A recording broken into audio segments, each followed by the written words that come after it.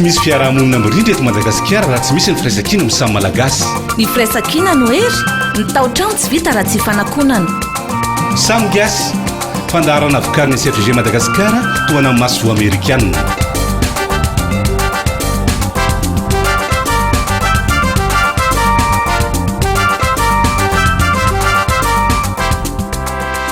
Fifanana inefatra miantaona ho andreo pisbuilder misa 9 mianadavy amin'ny faritany enina eto Madagasikara no maniny tetikasa samy gasy ho an'izy ireo mandritra ty taona 724 ity. Fandarana samy gasy misa 20 no andeha isan-kerinandro amin'ireo radio mpiara-miasa amin'ny Search for Common Ground manerana nosy. Andray anjara mivantana amina famahana disadisa sy olana mitranga mety hiteraka fikorotanana sy herisetra mahery vaika eny anivon'ny fiarahamonina izy ireo araka izany. Ampiainana anao mivantana ato anatin'ny fandarana veriko ihany izany rehetra izany satria efa omena azy ireo mandritra ny fiofanana inefatra miantaona ireo fitaovana rehetra ahafahana miatrika mandray anjara amin'ny fitondrana vahaolana sy famahana disadisa eny anivon'ny fiarahamonina misy azy ireo. Iaraka aminao anatin'ny fandarana samy gasy Noro Rawely Arsan sy Fetra Rakotondrasoava miarahaba tompo.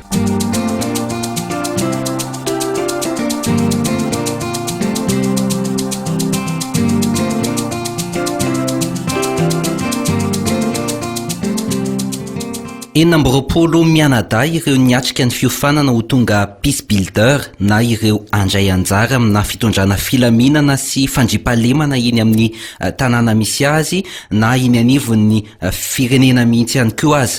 Dingana maro samihafa no nifantenana azy 9 mianada ireo ary nahafahana andray anjara tamin'ity fiofanana ity. Ety am-piandohana dia tsy hainy tsy antany hoe ilaina ve aloha ny fananany Madagasikara zany pisbuilder zany. Efitra vitsivitsy ary no arahantsika no raisina tamin'ireo mpandray anjara. Ny anarana feno Andrianary Feroaingotiana fa ny fiantsoana Haingo. Amiko manokana aloha hitako hoe ilaina le izy. Tsika mahita hoe amin'izao fotoana izao mandalo crise économique sy politique Madagasikara dia trangam-piarahamonina tsika vao mivoaka dia hita hoe indraindray betsaka le violence raha tsy teny fotsiny aho hoe amin'ny faritra atsimo zao na ny faritra atsinanana hita hoe mirongatra ny fitsaram-bahoaka dia hitako hoe ilaina zany le traika efa amina pisbuilding mba ahafahana manamaivana an'ireny zavatra ireny. Maka Alphonse eo amin'ny asako andavanandro misehatra ao anatin'ny fampihavana-pirenena sy amin'ny mahakomity ny manam-pahaizana izay nandrafitra ny lalàna mikasika ny fampihavana-pirenena dia tao anatin'izay zahay nandrafitra ny lalàna izay dia nampidirinao ny resaka fametrahana ny filaminana raha miteny vahiny moa izy de le environnement politique apaisé zany hoe mba hisiany fampihavanana mba tsy hisiany crise izay matety piseho eto amintsika eto zany dia izay no ilanany zay anisany ilanany le hoe pisbuilding zay zany dia ny ao anatin'ny fampihavana-pirenena. Raha masy manjaka Elina Tex avy any Fort Dauphin personnel de la gendarmerie. Misy fomba filaza hoe tsisy fampandrosoana vanina raha tsy ao anatin'ny fandripahalemana mba azahoana an'le fandripahalemana zany dia ilaina ny olona mpiasehatra, mpiaro, mpamorona, mpiahy an'izany fandripahalemana zany. Ataoko fa ny rehetrarehetra misy ny resy lahatra hoe ilaina zany. Sary karazana zatovo avy any Tamatavy. Isan'ny mandray anjara amin'ny fifanana olona mpanorona fandripahalemana na pisbuilder i Sarika ilaina ve ny fananana an'izany raha ao Madagasikara amin'izao fotoana izao? Tena ilaina mihitsy satria efa misy korotana maromaro na ohatra fotsiny ameko amin'ny any Tamatavy ao amin'ny université fotsiny efa mizarazara hoe ty olona avy amin'izao ty olona avy amin'izao dia efa misy séparation amin'izay hoe ino moa ty provenance an'ilay olona dia ilaina mihitsy le fisian'ny pisbuilder. Zacharias Patrick Tangalamena mivarotra Atsinanana. Zany hoe pisbuilder araka n'le fiteny teo hoe mpanorona fandripahalemana. Efa amin'ny andraikitra misy antena moa amin'le mahatangalamena zany efa mpitandro foana ny fandriam-pahalemana ary mpandravona olana misy ao an-tanàna eto amin'ny firenena izay mpanorona fandriam-pahalemana zay misy nuance amin'ilay zavatra efa natrehana hatramin'izay satria tia manorona mihitsy fandriam-pahalemana zany hoe izay le hoe construction de la paix amin'ny teny vazaha zavatra ngeza be zay a satria misy zavatra zany a ao araky ny eritreritra koa zavatra efa anticipena sahady anticipena zany le paix aorina mihitsy zany le fandriam-pahalemana manorona zavatra zany tsy vita mora zavatra ngeza be zay. Pasteur Andrena Sonina Tsiheno. Avy aiza? Ambakireny district Antsaratanàna. Région Betsiboka. Eny, tena ilaina le satria mahavefy be le fiainam-piarahamonina gasy zany. Fihevitra hitako azy. Mahavefy be mihitsy na dia any amin'ny base mihitsy aza mahavefy be satria ohatra hoe adina akohan'olona mpiady fotsiny hoe miadiny akohan'olona mpiady amina tena sakovoka be mandrapatonga tany amin'ny tribunal le adina akohan'olona nefa koa ao anaty kavazy. Dikan'izany zany tena fragile be le fiainam-piarahamonina gasy amin'izao fotoana izao. Andriatsy Miala Sarika, chef de service éducation électorale en CENI. Tena ilaina ao Madagasikara ny fananana peace builder satria ny fandriam-pahalemana no fototry ny fampandrosoana maharitra. Raha tsy mandry fahalemana ny tany tsy tonga ny amin'ny fampandrosoana mihitsy.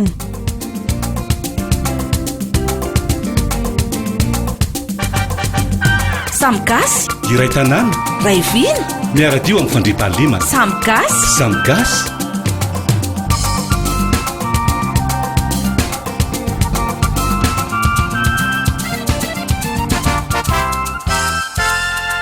marefy ny rafi-piaramonina malagasy io Pastera Randrena Soloniaina Mamitiana Tseheno avy ao Ambakireny distrika Tsaratanàna teo. Ny adina kolaro izy dia efa nidirana tribonaly isan'ny nandray anjara tamin'ny fiofanana ho peace builder moa izy ireo fetra. Fa isan'ny nandray anjara tamin'izany fiofanan'izany ihany koa noro ny mpanakanto filohana fikambanana tanora mpitandro ny filaminana tangalamena mpitondra fivavahana mpiasa mpanjakana mpanao gazety ihany koa izy ireo izay avy amina faritra misa 12 eto Madagasikara.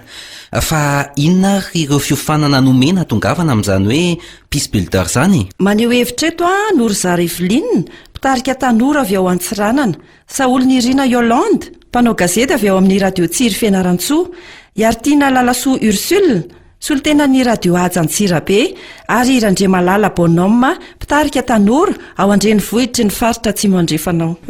Resaka conflit, gestion de conflit sy violence moa zany tena nofanana taty. Zany hoe mijery hoe inona moa zany atao hoe conflit zany, inona natao hoe violence, le efa fotoana ohatranao azy zany conflit zany lasa violence. Dia inona ny zavatra tokony action menena zany mba tsy ho tonga any amin'izany violence zany satria ny conflit zavatra naturel amin'ny raha olombelona, tsisy olona afaka miteny hoe tsisy conflit zany fa misy foana le conflit. Voalohany indrindra aloha zany hoe anisan'ny nojerena nandritra an'izay fiofanana atao anatin'ny 3 andro izay ny hoe inona marina ny atao hoe disadisa, inona ilay herisetra, inona ny mahasamihafa ny zareo, inona ihany koa ny fomba hoentina miatrika an'izay satria izay anisan'ny zava-misy any anivon'ny fiarahamonina dia hoe ahoana ny fomba ahafahana miatrika an'izay zavatra izay mba ahatongavana amina firindrana eo anivon'ny fiarahamonina zany ahafahana mamahatanteraka an'izay hoe conflit na ny violence izay ka tongavana amina hoe fiaraha-miasa na hoe collaboration. Anisan'ny zavatra tena nanamarika anahy aloha zany voalohany indrindra le fitondrany zareo expert ny fanazavana ny amin'ny resaka hoe écoute active, le resaka hoe fahaizana l'art de l'écoute, le fahaizana miaino zany sy le hoe fampiarana an'izay eo anivon'ilay fiarahamonina ao anatina situation ana conflit. Dia teo indrindra ihany koa ny fampizarana momba zany atao hoe fahaizana miaino. Ianao rehefa miresaka tsotr'izao zany dia atao anatin'ity fiofanana ity no natsapana izany hoe mila mahay miaino ianao, fa tsy hoe rehefa miresaka ianao dia nanao foana nalefanao fa mila mahay miaino ny hafa ihany koa. Atao anatin'ny fiofanana ihany koa zany no nahafahana na hay na mahava an'izany hoe fikarohana an'izany hoe tena fototry ny olana iray anatina disadisa iray ahafahana mamahy izay olana izay. Maro zany ny zavatra ny hofanana itao dia anisany moa zany ny toetra tokony ananana rehefa misy olana mitranga sy ny fomba hamahanana izay olana izay. Ny anarana tao ny resaka hoe analyse na fomba fanadiadiana aloha raha misy analizy anankiray mba hafahana mametraka vahaolana zay vahaolana tsy miandany fa vahaolana sady mijery ny andany sy ny ankilana mba isian'le tokotany raisana.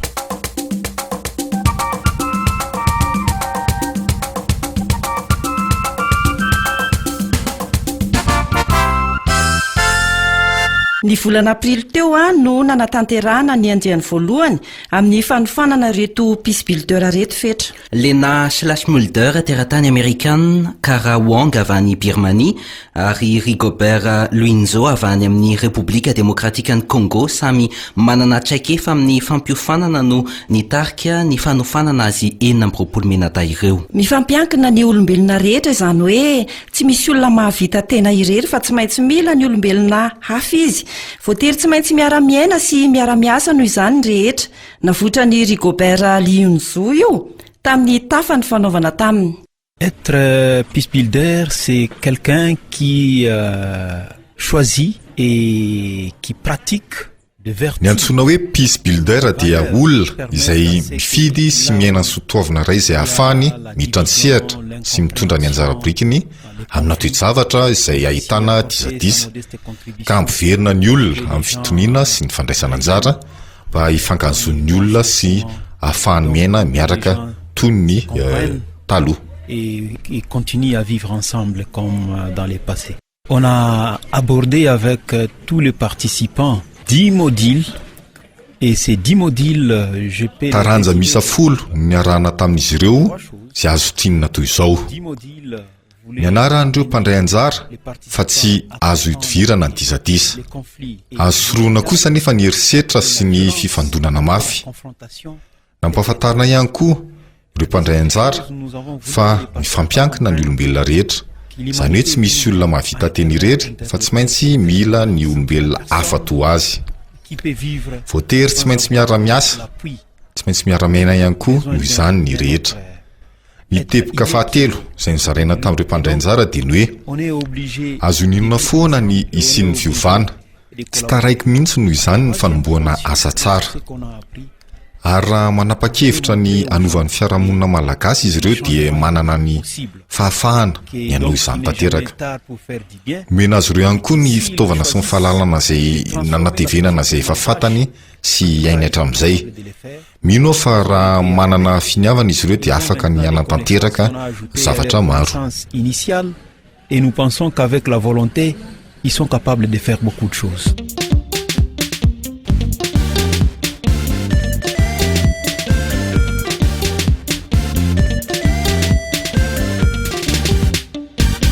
Za mamorokira artiste dia nieritreretiko atao hoe amin'ny hira foana koa iny ny sensibiliseko ny olona amin'ny resaka fahandriam-pahalemana. Amin'ny mampa présidente fondatrice ny association des jeunes formateurs moa zany ny mission-nay moa zany dia hoe miformer olona, mi-encadrer olona, mi-conseiller olona. Ny zavatra voalohany nataoko aloha dia ny resaka amin'ny membre actif ao amiko satria tsy zarely no andehanao action zay zavatra rehetra nazoko taty zay fa ny association zany amin'ny anaran'ny association ny itondrasany anazy dia iny moa zany efa hoe paikady koa no entinay ao anatin'ny association-nay hoe le fomba hitondrasanay anazy satria zay misentira hoe engagé zay rehetrarehetra ary concerné koa zay amin'izay consolidation de la paix zany. Io moa zany olo matetiky miteny hoe la paix na io tsisy la guerre que la paix inona ny eo anarany mais effectivement zay hialana amin'izay ho tonga ny amin'ny guerre zany mihitsy no hianarana zay zavatra zay. Ny amin'ny mampanao gazety aloha zany voalohany indrindra hoe ny asa fanaovana gazety zany anisany hoe sehatra anankiray matetika na izy manakorotana fiarahamonina ialako tsiny ao ataoko anatina farangososina angamizay na izy ihany koa mitondra an'izay hoe mitondra anjara biriky be dia be eo amin'ny hoe fandaminana fiarahamonina dia raha ny zava-misy iainantsika amin'izao fotoana izao aloha zany dia hoe PDB ny tranga na resaka tsy firindrana eo anivona fiarahamonina zay dia izay nataoko hoe anisany anjara biriky hoentiko voalohany indrindra zany aloha amin'ny fiverenako avy aty ao anatina fandarana aloha zany le izy ezahana hampitana tsikelikely an'izay traikefa noraisina tety zay zany mba isian'ny hoe tena mba isy ny fifampihainoana eny anivon'ny fiarahamonina sy hoe isy ihany koa zany zay ezaka atongavana amina sehatra anankiray ahafahana mifampiresaka ahafahana mamaha miaraka n'izay hoe olana eny anivona fiarahamonina mahatonga n'ilay disadisa zay ny fahitako azy satria teo aloha aza moa tsy nisy fa amin'izao fotoana izao nahazo izay fitaovana rehetra izay azoko ataoko hoe betsaka na dia tao anatin'ny 3 andro monja aza dia betsaka ary azo tsapaitanana entina miantsehatra amin'izay resaka hoe fampandripalemana amin'ny fiarahamonina izay entina mampanjaka moa zany ny tontolon'ny fandripalemana amin'ny fiarahamonina misy ataoko hoe ny oampy moa tsy hoe azo atao hoe ampy tsy misy ny tonga lafatra fa misy hoentina zany misy hoentina miainga rehefa tonga any atsirabe anao zany zao dia inona ny hoe azonao tomboka sahady na zay fa voavolako sahady ny hoe voalohany aloha dia fampizara amin'ireo mpiara-miasa amiko hoe inona ny zavatra azo taty inona ny tombontsoa tamin'ny fandehanana taty dia aorian'izay ny amolavola fandaharana iray ho an'ny mpiaino onjam-peno radio azy satria ataoko fa manana tombony zareo na dia ataoko hoe zaharery aza ny taty za zany natao hoe solotena ny faritry vakinankaratra na azo izay fofanan'izay fa amiko ireo mpiaino radio azy ireo dia anisany mananjo ihany koa amantatra izany hoe fampanjakana ny tontolo ny fandripalemana izay any amin'ny faritra misy anay tao anatin'izay 3 andro zay nisy tematika anankiray zay anisan'ny tena hitako hoe miatraiky amiko misy ilay izy dia ny tao anatin'izay maloha hoe écoute active zany hoe ho anako manokana zany tena hitako hoe ilaiko ilay izy satria fahafantarako ny tenako zany no anisana tongavako tato dia misy toetra zany aty anatiko aty tamin'izay formation zay nahitako hoe tsara ho esorina amiko ilay izy satria ianao rehefa miresaka amin'olona mila micomprendre an'ilay olona iresahanao ianao zay zavatra iny fa taloha tsy nananako fa tamin'ity formation ity zany no anisany nazahoako an'izay traikefa zay dia manomboka hatreto moa zany satria hoe le changement commence par moi dia ny tenako zany aloha novaiko voalohany dia eo koa no hitarika ny afako hiova par rapport amin'ny situation de conflit mety misy miainga baka amin'ny tenako moa zany ny fomba ahafahana mamahana ny disadisa zay zany hoe mila toetra tsy tokony hanana fijery miandany zany fa mijery ny andaliny sy ankilany raha amiko manokana zany miainga baka amiko dia ilaina zany ny toetra hoe mahay miaramonina mba tsy isian'izay disadisa zay aloha dia amin'ny mampitantana fikambana ihany koa betsaka ny olana zay mianjady amin'ny fikambanana indrindra antiliara somary mafampana dia somary misy hevitra indraindray tsy mitovy dia regny hevitra tsy mitovy regny no misy olana eo anivon'ny fikambana dia mahapitarika fikambanana izay ezaka ihany koa zany hamaha ireo disadisa zay misy eo anivon'ny fikambanana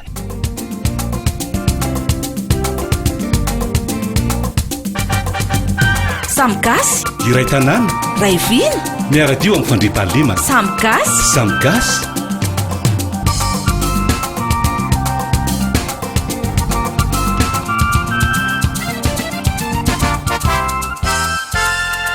ho an'ny an'io dia manasa vahiny sika eto amin'ny fandarana samgasy hovaliany Tina Ravalsan tompon'andraikitra iray eo anivon'ny SFCG Madagasikara ny hoe inona no ifamenony ny andraikitra izy 4 mianada ny ofanao peace builder ireo amin'izay rafitra efa misy eto Madagasikara eo amin'izay famahana disadisa eny anivon'ny fiarahamonina izay samgasy mandray vahiny mandrosoa tompoko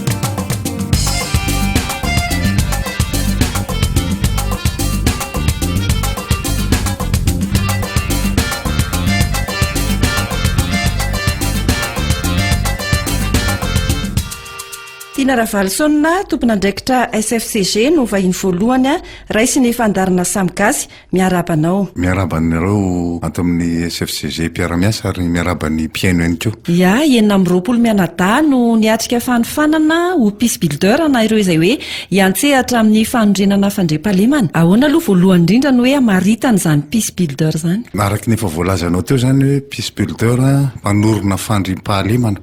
Tiako hitarina kely ara ilay izy hoe tsy fandriampahalemana amin'ny hoe tsy fisian'ny ady fa mirona kokoa makany amin'ny hoe filaminana eo anivon'ny fiarahamonina ngambany tokony hisy mpanorona ny filaminana eo anivon'ny fiarahamonina zany. Mpanorona fandriampahalemana filaminana eo amin'ny fiarahamonina. Tiana Ravalsona isan'ny tafiditra ao anatin'ny tetikasa Samgasy izay fampiofanana ireo Peace Builder ireo anton'izay safidy izay amin'ny antom-pisiny SFCG eto Madagasikara. Fomba fiasa anankiray izay efa fanaon'ny SFCG eran-tany izy io milaza hoe ny fomba fiatrehana n'izay disadisa rehetrarehetra misy dia tokony hisy ihany ny fiaraha-miasa ny rehetrarehetra dia izay fomba fiaraha-miasa zay zany hoentina mamaha ny disadisa miatrika ny disadisa zay zany ny hoe tiana ho zaraina ho an'ny malagasy vokatry ny zavatra mitranga be dia be eto amin'ity fireneny ity zany. Inona no mety hoe ifamenon'ireo Peace Builder ireo amin'izay rafitra efa misy eto Madagasikara amin'izay hoe famahana disadisa izay? Hitantsika fa be dia be tokoa ny rafitra eto izay miezaka tanteraka hatramin'ny taona maro dia maro mijery hoe ahoana ny fomba hiatrehantsika ny disadisa misy eto Madagasikara na tsy fitovoan-kevitra io na ataontsika misy fiantraikany eny anivon'ny filaminan'ny fiarahamonina dia ireny ataontsika hoe mpiantsehatra ao anatiny io sehatra io izay samy mikaroka vahaolana daholo hoentina miatrika an'le disadisa zay zany no hoe andao ampina izy misy fomba fijery izy fomba fiasa anankiray hafa izay hita fa naomby tany amin'ny toeran-kafa maninona mora mba atoron'zareo eto Madagasikara ihany koa mba ahafahany mijery hoe ity koa misy fomba anankiray hiatrehantsika n'izay disadisa misy eto zay. Inefatra miantoana le fiofanana vitany volana aprily teo ny fiofanana andiany voalohany. Misy antony manokana ve hoe andiany efatra izay fiofanana izay ary samy hafa daholo le fe-potoana natanterahana azy? Izay indrindra ny zara efatra tokoa le izy. Ny voalohany dia eo amin'ilay hoe fomba fiatrehana ny disadisa. Zay zany aloha ny tena voalohany ahoana ny fomba makafakanao an'izany atao hoe disadisa zany hoentina mijery tokoa ny fototra ny aingan'ilay disadisa satria raha tsy fantatrao ny fototra dia ho sarotra ny jery ny fomba hamahana azy. Zay ny voalohany. Dingana faharoa amin'ny fiofanana dia hoe raha ampiarina indray ary ny fomba fiasa anankiray vao hita iny dia ao amin'ny sehatra anankiray ohatra hoe ny filaminana miaraka amin'ny ataontsika hoe ny mpitandro filaminana sy ny vahoaka ahoana ny fomba iarahan'ireo miasa dia izay zany ny tanjona faharoa ny eritreretina ho atao. Dia rehefa avy eo indray hitaritsika indray hoe raha ohatra indray moa hoe ampidirina indray ny tanora mba ho andray andraikitray ihany koa ao anatin'izy io dia ahoana ny fomba hiatrehana azy raha ohatra ka miamitombo arakarak'izay zany ny isan'ireo mpandray anjara. Ny tanjona farany moa zany dia ny hoe zay rehetrarehetra famahana ny disadisa misy dia hiarahana manao fa tsy misy olona ho azo ataonao ankilabao na ho ahilika fa tsy misy afa-tsy ny fiarahana ihany no ahafahana mamaha zay disadisa satria tsika ihany mahalala ny vahaolana eto amintsika tsinona. Anaraka ireo izy 20 mianadahy ireo ny fandaharana Samgasy. Misy antony manokana ihany koa ve izay hoe mila avoaka eto amin'ny Samgasy daholo ny zavatra rehetra ataon'ny zareo any? Zay mihitsy ny tena tanjona zay le mbola naveriko ihany le izy hoe ny fiaraha-mientana sy fiaraha-miasan'ny rehetrarehetra no ao anatiny. Marina fa ireo nahazo fiofanana aloha no asaina mandeha mampiatra an'izay fiofanana azony ao anatina tetikasa anankiray na famahana disadisa anankiray izay izy zareo ihany no misafidy azy.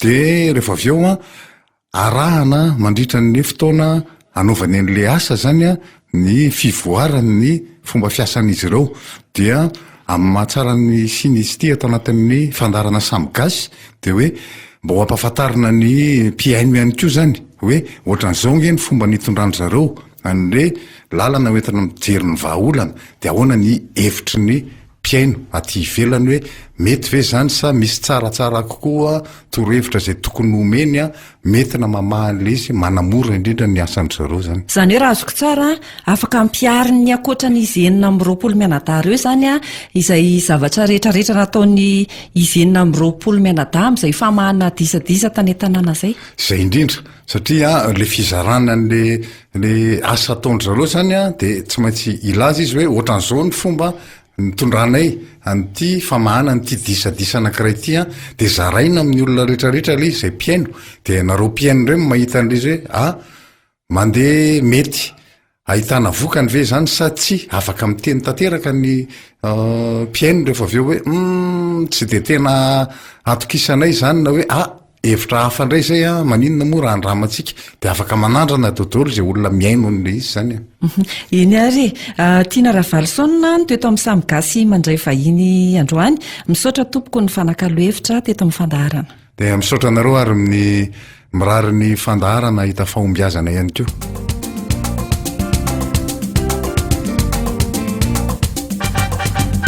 Samy Gasy iray tanàna ray viny miaradio amin'ny fandriam-pahalemana. Samy Gasy Samy Gasy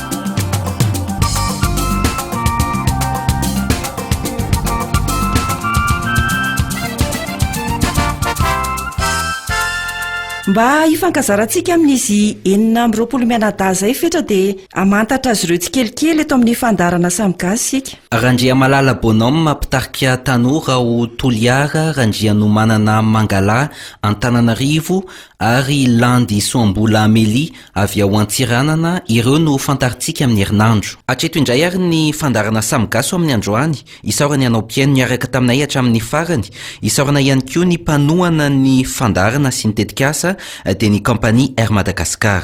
Norora Wely Arson fetra Rakotondrasoava nanolotra ny Samy Gasy Liva Soloasina sy Sandanirina teo amin'ny fandraisam-peo sy nandrindra ny lafiny teknika veloma vetivety ary.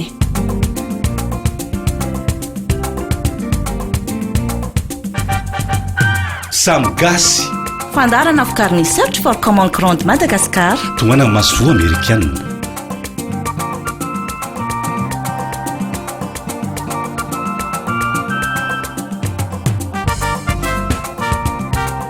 Samy Gasy iray tanàna iray viny miaradio ho an'ny fandriam-pahalemana.